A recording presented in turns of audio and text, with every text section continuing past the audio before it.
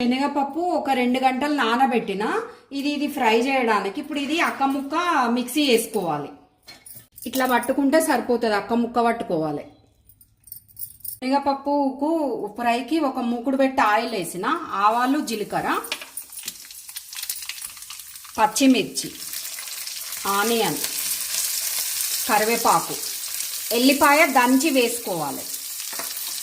ఇప్పుడు ఇది ఫ్రై కావాలి. ఇప్పుడు అందులో పసుపు వేస్తున్నా.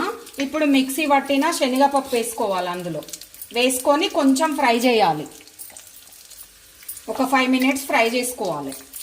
ఇప్పుడు ఫ్రై అయిపోయింది. అందులో టేస్ట్కు సరిపడా సాల్ట్ వేస్తున్నా. మళ్ళీ ఒక 2 మినిట్స్ కలుపుకోవాలి మంచిగా.